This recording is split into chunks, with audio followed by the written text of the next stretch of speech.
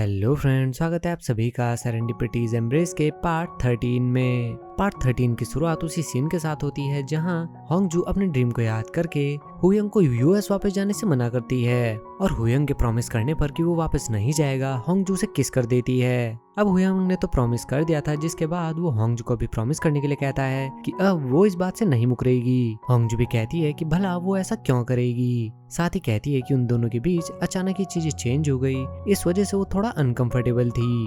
होंगजू कहती है कि वो दोनों पहले इतना क्लोज नहीं थे, इस वजह से इस सब की आदत पड़ने में उसे थोड़ा टाइम लगेगा। जिसके नेक्स्ट सीन में ही वो दोनों ब्रेकफास्ट करने के लिए एक रेस्टोरेंट पर पहुंच जाते हैं। हुयंग होंगजू को ब्रेकफास्ट रेडी करके देता है, लेकिन हुयंग के लगातार उसे घूरने की वजह से होंगजू काफी एम्बेरस हो जाती है, जिस वजह से वो हुयंग को कहीं और देखने के लिए कहती है। पर हुयंग कहता है कि वो तो उसके बजाय किसी और चीज को देख लेगा, पर क्या वो उसे देख सकती है। ये सुनकर होंगजू भी मन ही मन काफी खुश होती है। उसी समय बीकुक हुयंग को कॉल करता है, लेकिन वो उसका कॉल नहीं उठाता।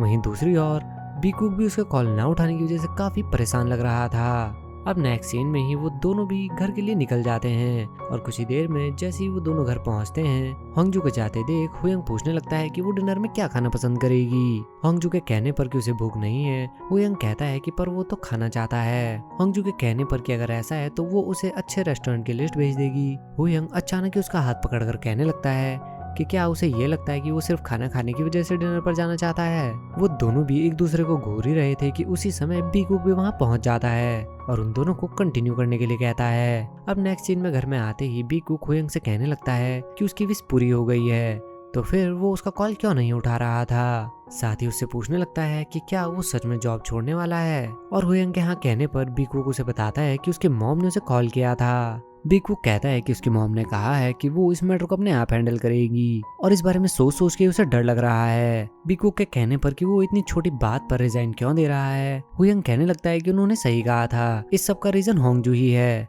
क्योंकि वो बहुत ही ज्यादा सुंदर है और वो उसे इतना ज्यादा पसंद करता है कि वो उसे छोड़कर अब यूएस वापस नहीं जाना चाहता।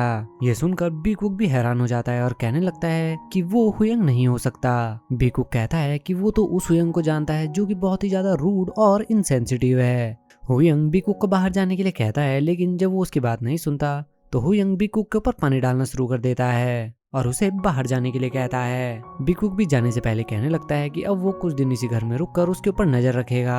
अब शावर से बाहर आते ही हुयंग देखता है कि बीकुक वहीं पर सोया हुआ है, जिसके बाद हुयंग किचन में पहुंचता है जहां पर उसका फ्रेंड जोसेफ वीडियो कॉल पे उसका वेट कर रहा था। जोसेफ उससे पूछने लगता है कि उसे क्या हो गया है और वो अपने क्लाइंट को इस तरह से छोड़कर कोरिया में कैसे रह सकता है। जोसेफ कहता है कि ये सुनकर वो पहले इरिटेट था, लेकिन उसे इतना ज्यादा खुश देखकर वो अब और भी ज्यादा इरिटेट हो रहा है। उसके खुश होने का रीजन पूछने पर हुयंग कहता है कि ये बस एक कोइंसिडेंस है, लेकिन तभी जोसेफ कहने लगता है कि वो ये जानना चाहता है कि उसकी मॉम इस बारे में क्या कहेंगी। साथ ही वो कहता है कि वो इस चीज पर शर्त लगाना चाहता है कि वो अपनी मॉम से 100% हारने वाला है। कॉल कट होते ही हुयंग भी मन ही मन सोचने लगता है कि सबको सिर्फ उसकी मॉम का ही आंसर जानना है। जिसके बाद हुयंग होंगजू को मैसेज करता है और होंगजू का रिप्लाई आते ही वो उसे कॉल लगाता है और सीधे उसके रूम की ओर जाने लगता है। हुयंग के कहने पर कि वो उससे मिलने के लिए उसके रूम में आ रहा है। होंगजू पहले अपना हुलिया देखती है और फिर अचानक ही उसे कहने लगती है कि वो बस अब सोने वाली है, क्योंकि वो बहुत टाइम से ट्रिप पर नहीं गई थी और वो बहुत ही ज्यादा थकी है। अब हुयंग भी पहले तो उसकी बात मान लेता है, फिर अचानक ही उससे पूछने लगता है कि क्या उसने कभी उसे आई लाइक यू कहा है। ये सुनकर होंगजू बहुत ही ज्यादा शर्मा जाती है और कहने लगती है कि वो ये बात उसे पहले ही बता चुका है, लेकिन इसके बाद भी हुयंग बार बार उसे यही कहने लगता है, जिससे होंगजू इतना ज्यादा शर्मा जाती है कि वो उसे गुड नाइट कहकर फोन कट कर देती है। सीन शिफ्ट होता है नेक्स्ट मॉर्निंग और दिखाया जाता है हुयंग को, जो कि बैठकर अपना काम कर रहा था। कुछ ही देर बाद बीकुक भी वहां आकर हुयंग से पूछने लगता है कि क्या वो रात भर से जाग रहा है, और कहता है कि या तो अपनी मॉम की वजह से काफी ज्यादा डरा हुआ है या फिर वो बहुत ही ज्यादा एक्साइटेड है। जिसके बाद बीकुक हुयंग को होंगजू को भी ब्रेकफास्ट पर बुलाने के लिए कहता है। हुयंग होंगजू को बुलाने के लिए कॉल करता है, लेकिन उसे पता चलता है कि होंगजू तो पहले ही हेजी के साथ शॉपिंग करने के लिए निकल गई है। ये सुनकर हुयंग भी थोड़ा सरप्राइज होता है और कहता है कि वो अभी शॉपिंग के लिए नहीं जा सकती, क्योंकि वो पूरी तरह से रिकवर नहीं हुई है। पर होंगजू से शाम को मिलने के लिए कहकर फोन कट कर देती है। अब होंगजू के पूछने पर कि आज वो कहाँ कहाँ जाएंगे, हेजी कहती है कि आज की उनकी कोई भी प्लान डेस्टिनेशन नहीं है, जिसके बाद हेजी उसे एक शॉप पर ले जाती है जहाँ से वो सॉन के लिए क्लोथ्स खरीदने वाली थी। ये देखकर होंगजू भी काफी सरप्राइज हो जाती है। अब नेक्स्ट सीन में वो दोनों एक ब्यूटी पार्लर में पहुंच जाते हैं जहाँ होंगजू हुयंग को जैसे ही मैसेज करने लगती है उसी समय हुयंग का कॉल आ जाता है। हुयंग के पूछने पर कि क्या वो अब फ्री हो चुकी है, होंगजू कहती है कि वो अभी हेजी के साथ ब्यूटी पार्लर आई है। वहीं हेजी भी चिल्लाकर हुयंग से कहने लगती है कि आज पूरा दिन होंगजू उसी के साथ रहने वाली है। अब इधर हुयंग काम पे फोकस करने की कोशिश तो करता है लेकिन वो ऐसा नहीं कर पाता और मन ही मन सोचने लगता है कि वो दोनों पिछले 10 साल से हैंग आउट कर रहे हैं और क्या आज भी उन दोनों का साथ में जाना जरूरी था। सीन शिफ्ट होता और दिखाया जाता है संगपिल को, जिसके एक्सप्रेशन से वो काफी ज्यादा हैरान लग रहा था और ऐसा इसलिए था क्योंकि वो दोनों ही ड्रिंक करने के लिए उसी के रेस्टोरेंट पर पहुंच गए थे जहां नशे की हालत में वो दोनों ही एक दूसरे की तारीफें करना शुरू कर देते हैं और संगपिल से म्यूजिक बजवाकर रेस्टोरेंट में ही डांस करने लगते हैं। संगपिल भी होंगजू से पूछने लगता है कि क्या उसने हुयंग को इस बारे में नहीं बताया, जिस पर हेजी कहती है कि ये एक गर्ल्स नाइट है और आज वो हुयंग को नहीं बुलाएंगे। इस बीच जैसे ही संगपिल जुनो को लेकर कुछ पूछने की कोशिश करता है, होंगजू से धक्का मारकर नीचे गिरा देती है। जुनो का नाम सुनते ही हेजी के भी एक्सप्रेशन तुरंत चेंज हो जाते हैं और वो होंगजू से पूछने लगती है कि आज इतने अच्छे दिन पर संगपिल ने जुनो की बात क्यों करी, जिस पर होंगजू भी उसे कहने लगती है कि उसने गलत सुना है। वहीं दूसरी ओर दिखाया जाता है हुयंग को, जो कि अभी भी होंगजू का ही वेट कर रहा था। उसे होंगजू का मैसेज तो नहीं आता लेकिन संगपिल उनकी फोटो सेंड करके उसे कहता है कि उन दोनों की पार्टी अभी तक खत्म नहीं हुई है। अब नेक्स्ट सीन में दिखाया जाता है हुयंग को, जो बाहर खड़े होकर होंगजू का वेट करना शुरू कर देता है। कुछ ही देर बाद होंगजू भी बीकुक के साथ वहाँ पहुँच जाती है, जो कि बहुत ही ज्यादा नशे में था। हुयंग के पूछने पर होंगजू बताती है कि बीकुक उसे नशे की हालत में रास्ते में मिले।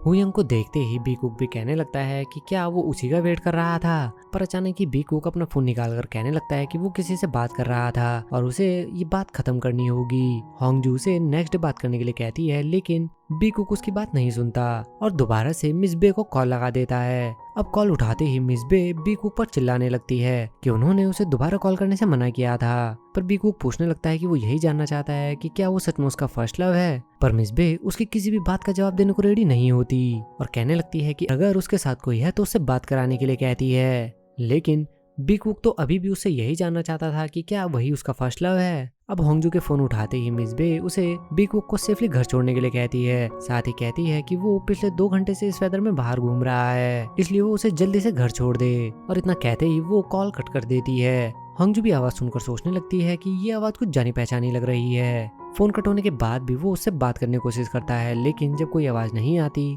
तो वो होंगजू से कहता है कि वो बहुत ही ज्यादा क्यूरियस है और वो सिर्फ ये जानना चाहता है कि 20 साल पहले उसने उसे इस तरह से डंप क्यों किया था, जिस पर होंगजू भी कोई जवाब नहीं दे पाती। बीकुक को इतना अपसेट देखकर हुयंग भी उसे अपने पीठ पर बैठाकर अंदर ले जाने लगता है। होंगजू कहने लगती है कि उस लेडी को भी उनकी बहुत ही ज्यादा चिंता हो रही थी। इसी बीच बीकुक होंगजू से कहने लगता है कि जैसे उसने पहले भी बताया था कि फर्स्ट लव एक फ्रोजन फूड की तरह होता है जिसे बाहर निकालते ही वो पिघल जाता है, और कहता है कि होंगजू के मैटर भी सेम है और उसका फर्स्ट लव भी पिघल चुका है और बांग जुनो के लिए उसका फर्स्ट लव अब खत्म हो चुका है। साथ ही कहता है कि इस दुनिया में और भी काफी सारे लड़के हैं और हुयंग को पकड़कर होंगजू को उसके बारे में सोचने के लिए कहता है।